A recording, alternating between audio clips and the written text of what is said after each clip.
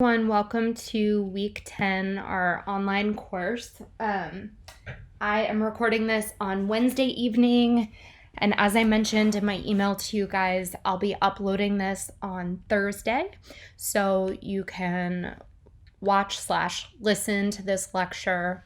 I'll also be uploading a video about psychotherapy, which is a really long word that just means basically talk therapy. And how it works. And I think the reason why this video will be helpful is because it can be applied to the process of therapy, can be applied to relational theory, which we talked about last week, self-psychology, which we're talking about this week, and then next week we'll be talking about existential therapy. And so it's the same process of talking to a therapist and diving into deep stuff. However, the way of thinking about things, such as human suffering, can be different depending on the specific theoretical orientation. And so I just wanted to put that out there. And again, I'll be uploading that in the modules section for this week. Just a reminder, I released grades for papers today. I'll be sending an email later tonight, so you will have already received this, but just with general class feedback. And then I am also going to offer for you guys the option to resubmit paper 2. And the reason for that is because I realized that I didn't give you a whole lot of time because I took quite a bit of time grading paper 1. And so you didn't have a whole lot of time to really review and consider the feedback in order to apply it for paper 2. So you will have that option. And this is the last time I'm going to be able to offer that option. So please let me know if you have questions about the feedback. Or if you need help with any of the paper writing process, we can do another workshop in class for that. But regarding this week, again, we're talking about self-psychology. You can listen to this lecture, and then there will be a discussion prompt that you will have 1 week to answer. And I'll give you 1 point of extra credit if you respond to it, and that'll be in the discussion section. You can also find it in the modules section. And then I just ask that you write something thoughtful about the material that we talked about, and then respond thoughtfully to a classmate's comments so that it's more of a discussion between all of you. And so self-psychology I find to be a little bit confusing. It's also really interesting, but definitely a challenging theory. So I'm going to do my best to break it down for you guys, and I'm sure that there will be questions, so just ask me whatever questions you have, and I'll do my best to answer it. As I mentioned in my email, I will be out of town this weekend from Thursday to Sunday with very limited access to internet, and so I'll be responding to questions when I return on Sunday afternoon. Okay, now to self-psychology. So and I highly recommend that if this is a theory that you are interested in writing your paper about, that you definitely do some research, bring in outside sources, and really seek to understand the readings in the textbook. So the Turner and also the Cody and Lehman book. Okay, so from a self-psychology perspective, the understanding of human suffering is that basically humans have very specific needs, and problems develop when these basic needs are not met. So that's in short, the very shorthand of what self-psychology says. So they basically believe, and sorry, my dog is barking in the background. Apologize for that disturbance. But so, okay, the human needs that people have is empathy. So for someone to empathize with them and to understand them. Humans have the need to be interpersonal. So we touched on this last week with relational theory, that people are by nature social and interpersonal people. Humans have a basic need of a responsive environment. And so this is why the Beatrice Beebe video that I emailed or that I posted last week is really important. And if you haven't viewed that, I would urge you to view, and I emailed you guys with specific times in the video that I highly recommend watching, if not the whole thing. But there's data, and she researches the interaction between mother and child, and what happens when the mother is not responsive to the child, even just like if a child smiles and the mother doesn't respond, that can have a significant impact on the child's development. And so from a self-psychology perspective, again, these are important. Empathy, to be social and have this interpersonal environment, a responsive environment, and then safety and reassurance are really important. And so you're going to see a lot of overlap between self-psychology and stuff that we talked about last week in relational theory. But I'm going to do my best again to show the distinction. So from a self-psychology perspective, problems happen when the interpersonal environment, so the people around you, are not responsive.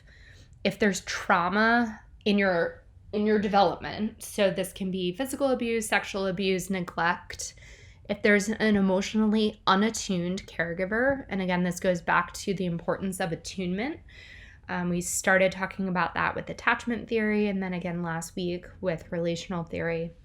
And then problems generally happen when there is a chronic lapse, so a chronic stoppage or, cease to exist in empathic responsiveness to self-object needs, which we're going to talk about in a second, from two of the three poles. So we're going to talk about that in a second too. So this is a very long statement, basically foreshadowing some of the information we're going to be getting into. But the main things that I want you to know is that when there's a chronic lapse in empathic responsiveness to the needs of the individual that you're working with. Okay, so that is what leads to the development of problems. Okay, next slide. Self-psychology posits that development is an ongoing process, that you do not just have difficulty and then, that's it, and you're like messed up for life. So disorders of the self or disruptions in how the individual is functioning are not permanent. So it's more of a hopeful way of thinking about things, that development, like poor development, can be changed if you as a therapist can intervene. There's a high focus on mutuality. We talked about this last week in the relational theory. And we also started to talk about this a little bit in attachment theory. So the self-object, which means the caregiver, is enhanced through functions performed for the child. So this basically means that the caregiver is a better person because of the stuff that they're doing for the child. And then in turn, the child develops a greater capacity to be attuned to the needs of others. So this is where the mutuality comes in. So the caregiver is positively impacting the child, and then therefore the child positively impacts the caregiver and is able to be a healthier person moving forward. So that is one aspect of mutuality that's important. Okay, so there are two different main things that I want us to know about within self-psychology. So there's something called the cohesive self, which we all would like to be. And then there's something called the fragmented self. And so we'll go forward and talk about the cohesive self. So this is someone that is together and is able to regulate their emotions. They have positive self-esteem.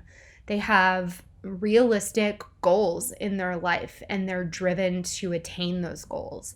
They feel more like a whole person. And whole is a very good synonym to think about this whole self. And then they function very well socially. So this is cohesive self is a whole self. They're healthy and able to, and basically high functioning is another way that we would say that. On the other side of the picture, we have something called the fragmented self. And so another way that we can think of this is someone that has just like pieces of them. Okay. So this person generally has unstable self-esteem. So this could be highly elevated self-esteem or very low self-esteem, which we often see that in narcissistic personality disorder as well as other mental health issues. This inability to regulate emotions. So if this would look like if someone is upset because you cut them off in traffic and then they just completely blow off the handle, which happens quite often in the DFW area. But someone with a fragmented self would be totally unable to regulate and calm their own emotions down. And we see this quite often in borderline personality disorder as well as histrionic. Difficulty in self-soothing behaviors. And so this would mean, this is very similar to regulating emotions, but difficulty in calming yourself down and soothing yourself. Problems with attaining goals.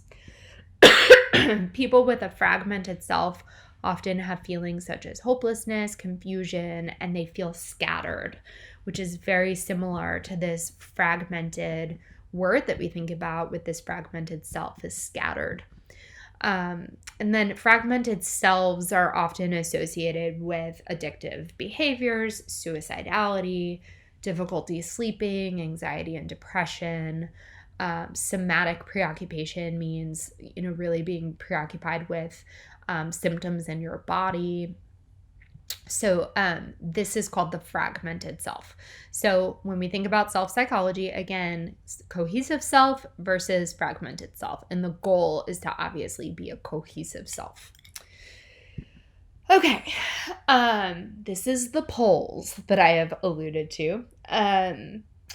So self-psychology believes that the self it's called this tripolar structure.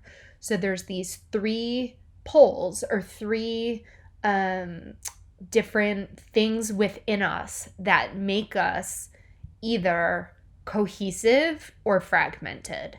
And so a cohesive self would have all three of these poles well developed. We'll get into when they're not developed and stuff like that. Okay, so the first pole is called the pole of ambitions. And this is marked by uniqueness, greatness, the self-object needs. So self-object often means caregiver. It could also mean partner. So the other person, and this is a little bit confusing of how, and this is why self-psychology is confusing sometimes because some of their wording is weird. But the self-object needs, what that means is that the child needs these things from the self-object, okay? So the self-object needs under the pole of ambitions includes mirroring. And so the child needs admiration from the caregiver or people around them. They need praise. They need confirmation that what they're doing is either okay or not okay. They need understanding. And so this is the pole of ambitions is really, we want to think of mirroring. Okay, so they need these things from the self-object. And if you have a self object or an other around you that's able to give you these things, and you also, in turn, this goes back to the mutuality, admire them and want to be similar to them because you're mirroring, that can help you build up the pole of ambitions. Okay, I know this might be a little bit confusing, but I promise that it will make sense as we move forward. And I'm here for any questions that you might have. Okay, so the next pole is the pole of ideals. So this is marked by calm, support, and uplift. So the self-object needs basically is what the individual needs from the self-object is calm, supportive, uplifting, to see the strength of the other person. So the child or the individual, what they need from the self-object is for them to be calm. So for instance, if a child falls and the parent just like goes over and is empathic and supportive and uplifting and doesn't freak out, the child can develop the pole of ideals. So they're calm, supportive, and uplifting. Now, if the child falls and the parent goes over and they're totally freaking out, or they are unsupportive and say like, you idiot, I can't believe you fell, even though you're learning to walk, putting them down, then this pole will not be developed. But really what a child needs from other people and the caregiver are these things. And this is, I really liked this quote from the text, to see the wonder, the strength and wonder outside of the self. So to see the strength in other people, and it really, I want to highlight the calm and the supportiveness and uplift. So that's the pole of ideals. And then the third is the pole of twinship. And so this means basically feeling like you belong or like you're similar to others. So the self-object needs, and again, this is the needs that the individual has from the other or the self-object. That's called twinship needs. So they need acceptance and they need to feel like they're a part of something. So that's what kinship responses means. I mean, it in short means feeling like you're a part of the family or like you're a part of something. And so this is marked by belonging and likeness to others. So this is one of the core things in addition to the cohesive and fragmented self. This is really important to remember and to think about with self-psychology. And again, I'm here if you have questions about these things. So with this framework of this being what's going on with people and people either having a cohesive or fragmented self and knowing that development is ongoing, then we get into how therapy can go. Okay. So, Kohut is one of the big theorists in self-psychology. But the main purpose and goal of therapy is to restore adaptive functioning. So you want to help the client be able to adapt and be a higher functioning, cohesive self. When you work with a client, the goal is to make a safe environment and a protective environment. And this ties in to the pole of ambitions, or I'm sorry, the pole of ideals. Like you want a calm and supportive and uplifting environment. And you want the environment to be protective of the client.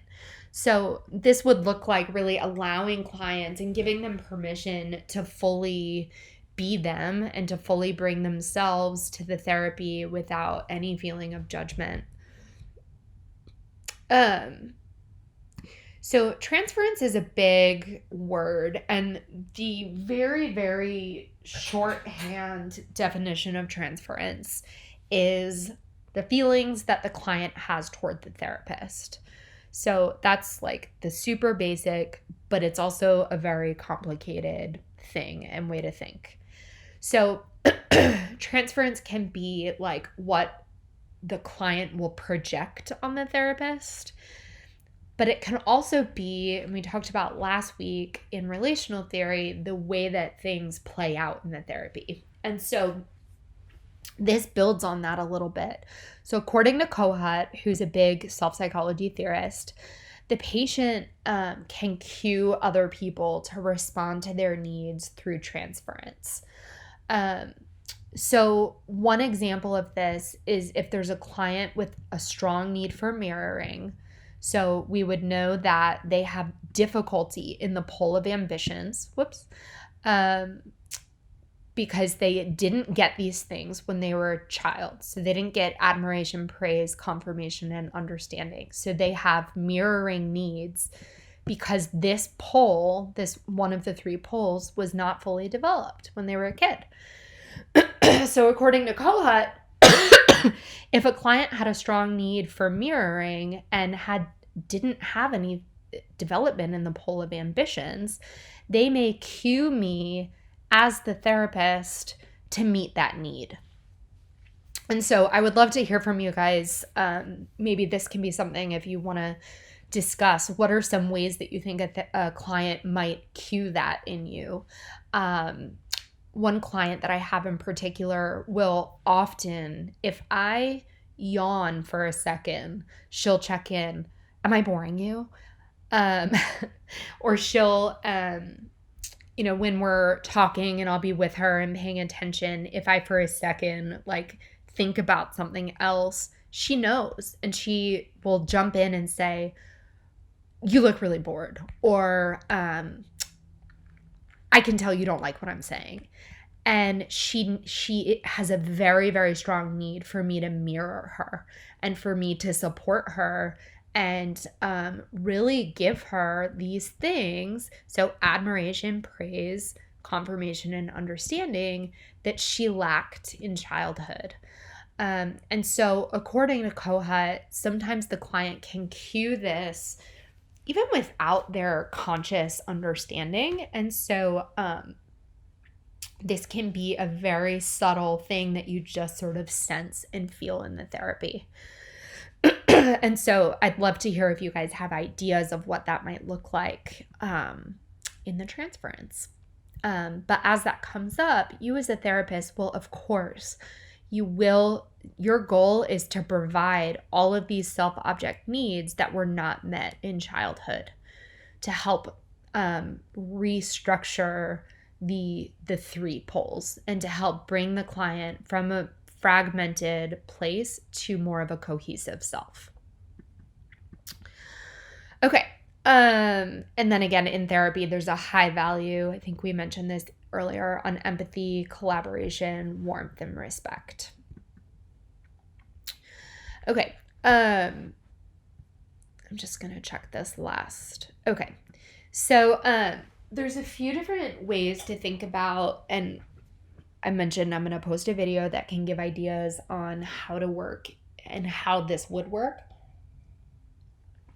But there's a few tools here that you can use and ways to just be in the therapy with the client. So the first is empathy, which basically it's very different than sympathy. Sympathy is like looking, and Brené Brown, I may post this as well. Brené Brown has a great there's like a little cartoon video that she narrates about the difference between empathy and sympathy. Sympathy is looking down on someone who's in a hole and saying, oh, I hope it's okay down there. And then empathy is actually crawling in with them and saying like, I know it sucks down here. And so there's an aspect of just coming beside someone and really seeking to understand in empathy. So also with therapeutic interventions, you're going to have a great deal of attunement to the affect of the client. So remember, this is a basic human need. This goes back to, I think, the second or third slide that people have, is that people are in tune with them. And so being attuned in therapy is really important, and having a sustained interest in what the client is talking about, no matter how big or small the issue. And if it seems like a small issue that the client's bringing up, there's always huge meaning behind that. So being really in tune with their facial expressions, body movements, as well as what they're talking about. So the assessment process is really trying to figure out what the client's self-object needs are and to help restore for them self-cohesiveness. So back to this. So just paying attention to the way that the client in the therapy cues you to meet their needs, and then giving that to them so that they can restore themselves to a cohesive self. And then, help the clients strategize ways to get their needs met in relationships with other people. So once you are able to identify with your client what their self-object needs are, you can help them figure out how to get those needs met in relationships. So that may look like communicating. And so I'd be curious what you guys think about Laura. What do you think about her in terms of herself? Like, which poles were met as a child, which were lacking? Does she have a fragmented self? Is she cohesive? And then what would you do to help build her to a cohesive self? And then how could she get those self-object needs met in her relationships at work or her relationships with her partner? Those are some basic questions that I would love for you to answer.